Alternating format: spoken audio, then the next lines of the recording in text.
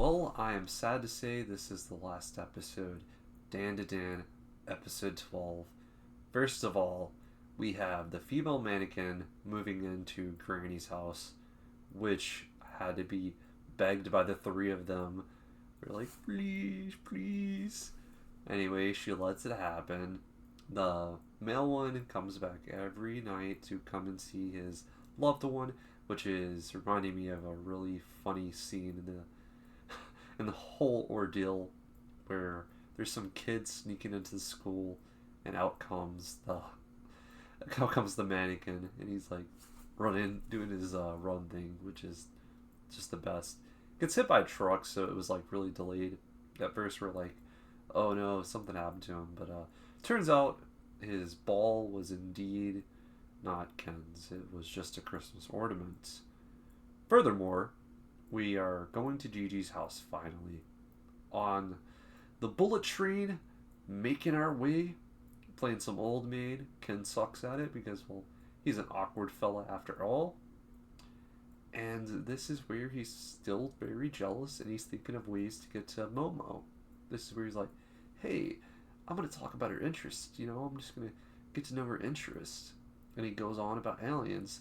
This is where Momo gets excited, as well as Gigi. Gigi actually holds a solid conversation with him. So you could say this is a new friend added. However, I'd like to mention they do have that conflict later on. They finally get their train stop, and it turns out that it's a hot springs district where Gigi lived. They have to go up these big flight of stairs, and as that's going on, we get to see these awkward looking alien like people.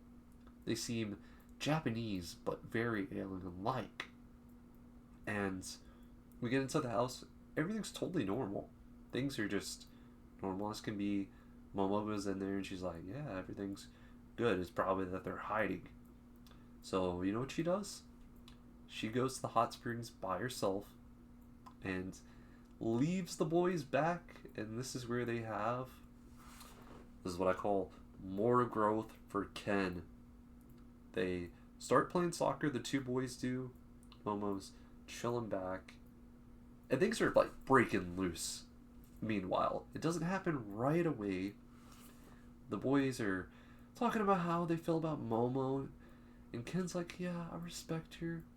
And Gigi's like, well, I love her. He says something about loving her and thinking she's cute. And Ken's like, I do too.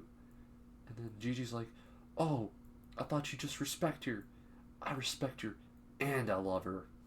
And they start going hardcore on the soccer. He wanted to get good at soccer to show off later on to Momo, but yeah, he turns into an all-star, it turns out.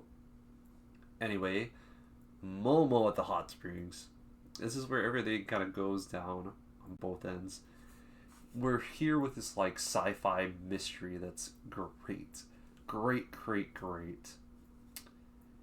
And that's where slowly these alien-like people come in. It's a coed bathhouse that Momo was in. She was trying to get out, and like 3 or 4 of those alien-looking weird dudes come in, and it's just awkward. She can't get out. They start making their ways towards her and start. Well, they first of all just started talking, right? We kind of get to see them getting at it, kind of getting towards coming to her. They wanted to come up to her. They say something about an alligator. They come at her. Meanwhile, we go back to the house after they're doing this conflict. This is when something is noticed. This house that Gigi lived in, it had an extra room, and they go to break it, and I don't know what it is. Could this be like the pod where the whole entire aliens are from? Possibly. That's my theory here. That it's some type of eggling or safety place for them. I don't know. They've done something to these townspeople because they have replaced most of them, it seems. Anyway, that's all we got here. I guess season 2 is going to be like a part 2. I don't know how they're doing it. Hopefully the series is quite longer. I don't want it to be too long, because then whenever it gets too long, it gets dragged out. It was beautiful. Very beautiful series. Worth watching. If you're not watching Dan to Dan, you don't know what you're missing out on. One of the greatest animes I've seen. Also, the opening, it deserves a reward of its own. An award, reward, either way. Either way. Top notch. And with that, let's get to my final rating. Entire series. Everyone says this is an 8.6. Okay, I understand. That's with some imperfections, and nothing is exactly perfect. But for me, I'm going to go a little higher and go 8.8, like I've been saying these last, I think I've been saying it for like 3-4 episodes. 8.8. Started as 8.6 for me for quite a while. Easily moved up to an 8.8. They keep your peak interest. If they would have ended this, it's a possibility that we could have lost interest. But since we're in the middle, we're in it. Coming to us sometime this year, I think. Already have a trailer.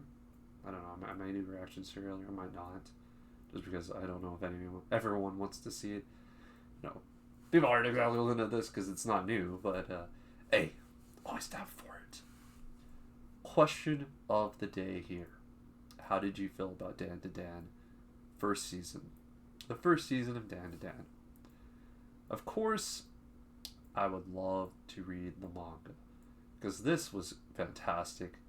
I just want to see the actual source material and get more immersed in this crazy universe. It is crazy. It is insane. Insanely artistic. That's the way I'm going to end it. Stay safe, guys. Until next time, I'm just so glad I cut this. Peace out.